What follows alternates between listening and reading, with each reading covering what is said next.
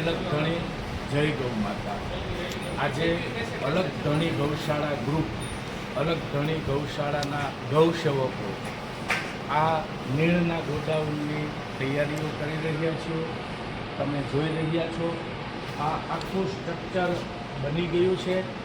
હવે ઉપર પલ્લિંગ ચડાવશું અને ત્યારબાદ આપણે ઉપર પતરા ચડાવશું।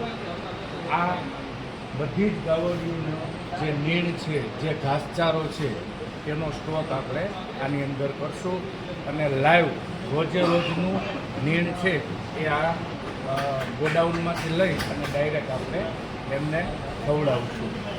આ બધા જ મિત્રો ગૌસેવકો અત્યારે પોતપોતાનો કિંમતી સમય કાઢી અને આ સ્ટ્રક્ચર ઊભું કરી રહ્યા છે। આ તમે લાઈવ જોઈ શકો છો। બધા મિત્રોએ ખૂબ મહેનતથી, ખૂબ જજુમતથી આ સેવાઓ કરી રહ્યા છે। દિવસ રાત એક કરી અને બધા મિત્રો પોતપોતાનો સમય આપી અને આ અલગ ધણી ગૌશાળાની અંદર ખૂબ સારી મહેનત કરી રહ્યા છીએ। મિત્રો, આજે હું તમને આપણે જે નીણ છે એ ગોડાઉનમાંથી લઈ અને કઈ રીતે આપણે ગૌશાળામાં લઈ જઈએ છીએ અને કઈ રીતે આપણે ગાયોને ખવડાવીએ છીએ એ બતાવીએ। સૌ પહેલાં નીણને લઈ આ મશીનની અંદર આપણે મૂકશું। આ મશીનની અંદર આખા નાના આ રીતે કટકા કરશું। તમે જોઈ રહ્યા છો આ કટકાને સીધા જ આપણે સુંડામાં ભરી અને ડાયરેક્ટ જ આપણે ગૌ માતાને ખવડાવશું। આ કટકા કરવા પાછળનું કારણ એવું હોય કે ખોટી નીણ આપણી બગડે નહીં, ખોટી વેસ્ટ ન જાય અને ખોટું આપણું ખરાબ વાયદું ન થાય। આ કટકાઓ ગાયોને ખાવા માટે એકદમ ઇઝી પડે છે। આ રીતે આપણે ડાયરેક્ટ જ આ બધી જ ગમાણોની અંદર નીણને મૂકશું અને બધી જ ગાયોને આ રીતે આપણે ખવડાવીશું। પણ એની પહેલાં જે લીલું ઘાસચારો હોય એ ઘાસચારાને આપણે સીધું ખવડાવી શકીએ અને થોડો ટાઈમ જો એ ઘાસચારો આપણો રહેવાનો હોય તો એને આપણે સૂકવણી કરવી પડે। એ સૂકવણી કર્યા બાદ એને આપણા મશીનમાં કટિંગ કરી લીલું અને સૂકું આ બંને મિક્સ કરી અને આપણે ગાયોને ખવડાવતા હોઈએ છીએ।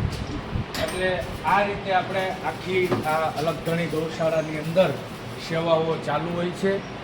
દિવસ, બપોર અને સાંજ, સવાર, બપોર, સાંજ આ ત્રણેય ટાઈમ આપણે આખું આ જે છાણ અને ગૌમૂત્ર હોય છે એનું આપણે વાસ્તુ કરતા હોઈએ છીએ।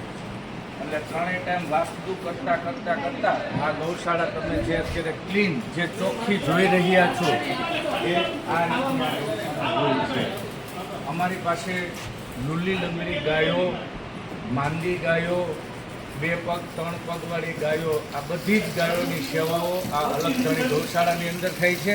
અને આ લાઈવ આપણે ગૌમૂત્ર આ રીતે ઝીલશું અને આનો પણ આપણે એક સ્ટોક કરીએ છીએ અને જે જરૂરિયાતમંદ દર્દીઓ હોય એને આપણે સીધું ઘરે પણ પહોંચાડીએ છીએ। તો આ રીતે આપણે આ ગાયોની સેવાઓ કરીએ છીએ। આશા રાખું છું આ વિડીયો તમને ગમ્યો હશે। બીજા અનેક લોકો સુધી આ વિડીયોને પહોંચાડો જેથી ગાયોની સેવાઓ થાય અને ગૌ માતાઓ જીવત રહે। મિત્રો, યંગ યુવાનો તો બધા સેવા કરતા હોય, બધા પોતપોતાનો સમય કાઢતા હોય, પણ આજે હું તમને એવી વ્યક્તિની મુલાકાત કરાવું છું। અમારી આ ગૌશાળાની અંદર 75 વર્ષની જેમની ઉંમર છે, જે દાદા સતત સવારથી સાંજ સુધી પોતાનો સમય ખાલી ને ખાલી માત્ર ને માત્ર ગૌશાળામાં સેવા, પછી કોઈ પણ કામ હોય, કલર કામ કરવાનું હોય, ફેબ્રિકેશન સ્ટ્રક્ચર ફેરવવાનું હોય, વેલ્ડરને કોઈ પણ હેલ્પની જરૂર પડતી હોય, દરેક કામ વાસુડા, નીણ, કટિંગ, કોઈ પણ કામ હોય વિના સ્વાર્થે આ દાદા સવારથી સાંજ સુધી સતત સેવા કરી રહ્યા છે। દાદા, તમારું નામ? પ્રાગજીભાઈ આ દાદાનું નામ છે। ઓમ રેજન્સીની અંદર દાદા રહે છે। મિત્રો આ દાદા પાસેથી ઘણું શીખવાનું છે. આજે તો આપણે યુવાનો છીએ અને દાદા 75 વર્ષની ઉંમરે 1 મિનિટ પણ વિહામો ખાધા વગર સતત પ્રવૃત્તિ કરતા હોય. એક કામ મૂકીને બીજું કામ મૂકીને ત્રીજું. આવી આ દાદાની સેવા છે. પ્રાગજી દાદા પાસેથી આપણે ઘણું બધું શીખવાનું છે મિત્રો. જય અલગતણી.